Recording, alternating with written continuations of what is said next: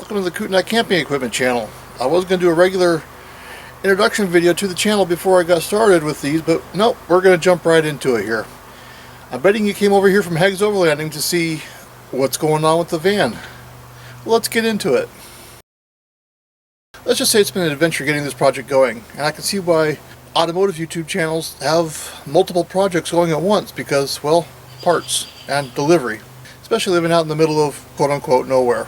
The big thing on the van, we did all our mechanicals that we thought we had to do, some steering, suspension, and under the hood, getting fluids and filters all flushed out and changed, and adding some supplemental airbags. None of that's really going to be documented because, well, it's just not one of the things I'll be offering. Let's jump into the van to see where I've gotten started there.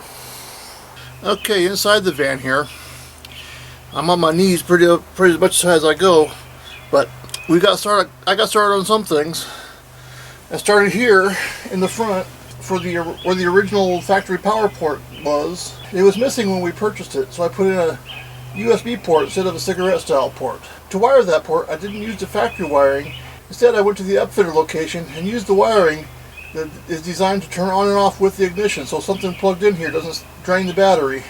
On to the back here, I'm extending this so I don't have to crawl all the way back in, but I've added a pair of USB ports and a reading lamp on either side, with the passenger side also getting a switch for a pair of overhead lights that will go in the headliner. And the driver's side, this one had an air conditioning duct behind it for the rear air conditioning, but it also got a USB port in a pod this time because I couldn't squeeze it into the panel, as well as a reading light. You can also see I've been doing some measuring and figuring out how to make this interior work with the desired operations it needs.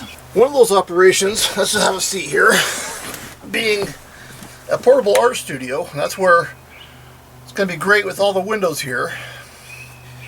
Another operation being occasional camping if she spends way too much time up in the woods chasing after a sunset, doesn't have to come back down in the dark and just camp right there. The bed's going to be 12 or so inches high. Have a couple drawers that come out the back for cooking, because one of the operations for this van is going to be the occasional camper overlander, especially, like I said, if she stays too much or too long up in the woods.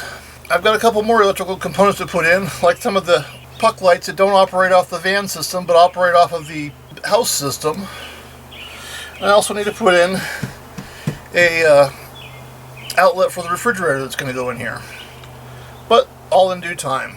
It's going to be a heck of a puzzle trying to get the multi-purpose functions of this bed and possibly the middle row of seats in here on occasion, because on occasion we might need to put that middle row of seats back in to haul more than just the two people.